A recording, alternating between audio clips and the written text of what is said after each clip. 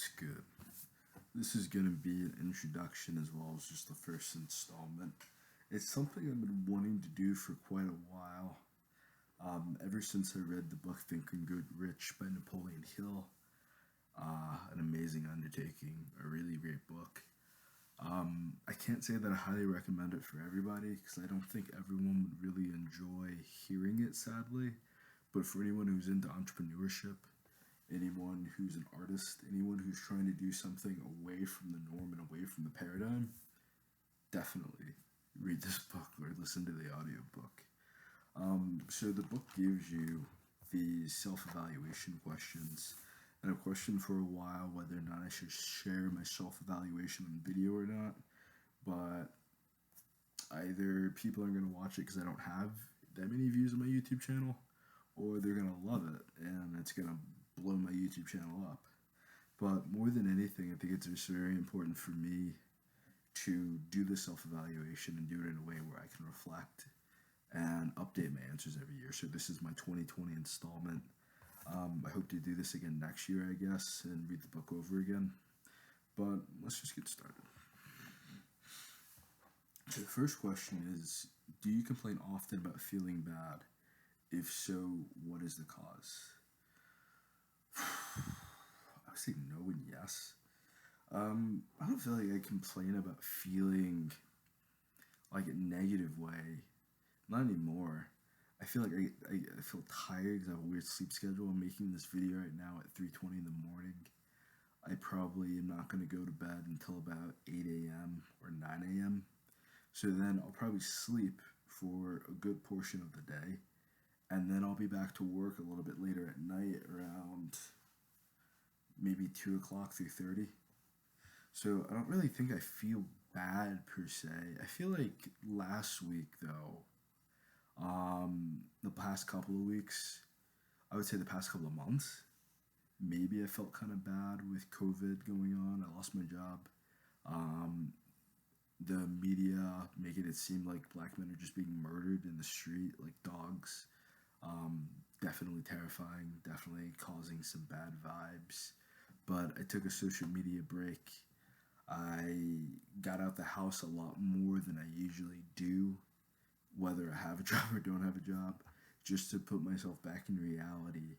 So I feel like I have a really good attitude. I feel like I usually am very optimistic and very positive, but I feel like more grounded within research in reality right now because I'm not really trying to be too focused or obsessed with the media perspective of black men. I'm trying to create a brand new perspective of what a black man is. So I don't feel bad. I feel great. I feel very happy. I should definitely exercise a bit more. I just got done fasting for a couple days. But I don't know. I don't really feel bad. I feel good. I feel pretty positive. Second question is, do you find fault with other people at the slightest provocation?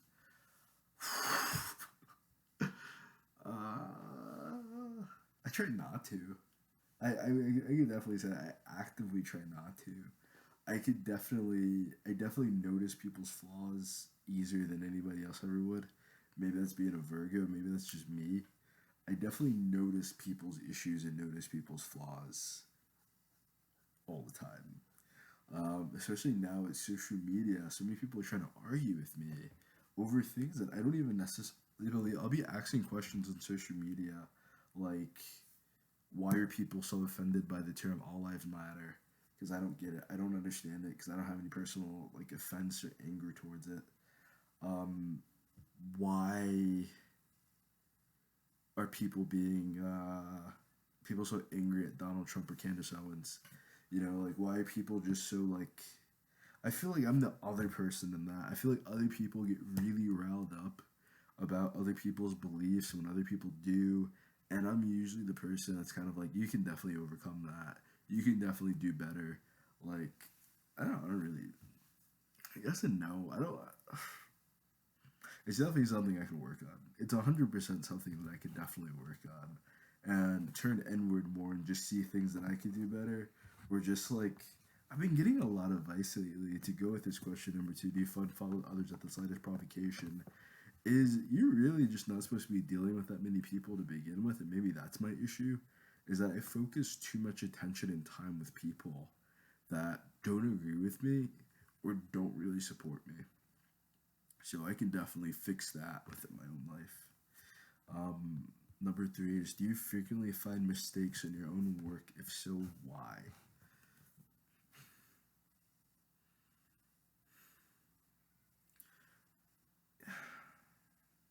I feel like I look for mistakes in order to improve, in order to get better.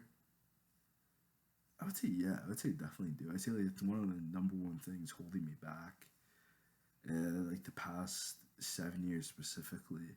Like I've been right about a lot of things. I definitely had some great, amazing ideas, and because of my mentality, I'm a very self-reliant person.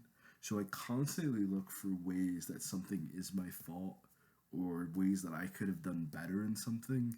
And sometimes it's beneficial and it's good, but other times it just really slows me down because I'll be 100% right about something, maybe 1,000% right about something. And I'm just so curious about what other people think, or I feel like someone knows something more than I do, or I overly research instead of just acting upon the idea. And I'm just constantly fixing, constantly observing, constantly like within the thought phase that I don't really allow myself to push completely within to the action phase. And I definitely don't allow myself to really get to the high performance phase. So I definitely find mistakes in my work that stops me from actually completing projects at times. Or I'll ignore certain mistakes that become very relevant later on. Like I'll completely, like if I'm editing a book, I'm a writer. So if I'm editing something, I'll completely miss a lot of mistakes that I make until the book is completely published and done and out there. And I'm like, oh wow, the first line of the book is a typo. Are you sarcastic or offensive in your conversation? I'm told I am. I'm told that I'm very condescending, but I feel like I really am just usually right about something. I know that sounds really arrogant, so you can add that on there. You sarcastic, offensive, or arrogant. But I feel like I come from a position where I don't really talk about something unless I know what I'm talking about. Unless I'm 100% positive I know what I'm talking about, I won't open my mouth. I'll just do research. I'll just look into it. So I'm definitely told that I'm sarcastic and offensive, but I don't feel like it's my intention. I don't feel like I mean to be condescending. I don't feel like I mean to be patronizing. I'm not like I don't have that kind of I don't have that kind of thing inside of me. I'm not trying to do that to people, but people get very offended when I talk. They get very defensive, and they want to argue with me all the time, and I really just have no interest in it. I don't really try to throw blows or pull punches. I feel like I'm just so rational and I'm so objective with people that even when they get to that point that, oh, you're being condescending or oh, you're being offensive, I'm like, okay, great, now respond to me. Okay, your feelings are hurt, that's wonderful. Now create objective thought just like I did. And I don't know, I don't mean to be, I definitely don't intend it, but I feel like people's egos get hurt whenever they're around me for sure. Do you deliberately avoid the association of any one person? If so, why? Yes, I avoid everybody. Um, People disappoint me constantly. I keep a very small circle around me. I don't visit people.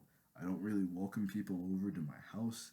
I don't really try to engage with or have conversations on social media. I feel like people are very argumentative. I feel like people are very sensitive.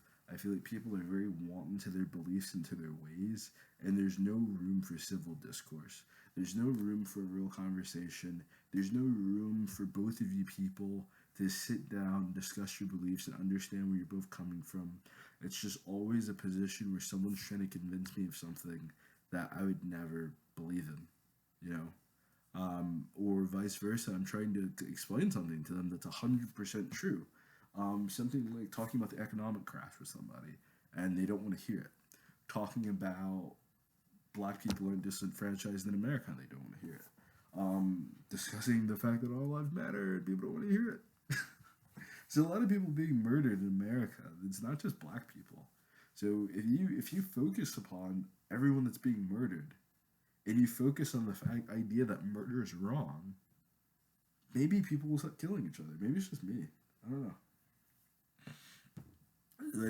Do I deliberately avoid the association of any one person though? I think that means like any specific person do I avoid conversation with. I avoid anyone that I previously described. Anyone who's overly negative. Anyone who I feel like doesn't have objective criticism of the things that I'm trying to do. Like there's a difference between telling someone that you can't do something versus saying like I don't think that's a good idea for this reason.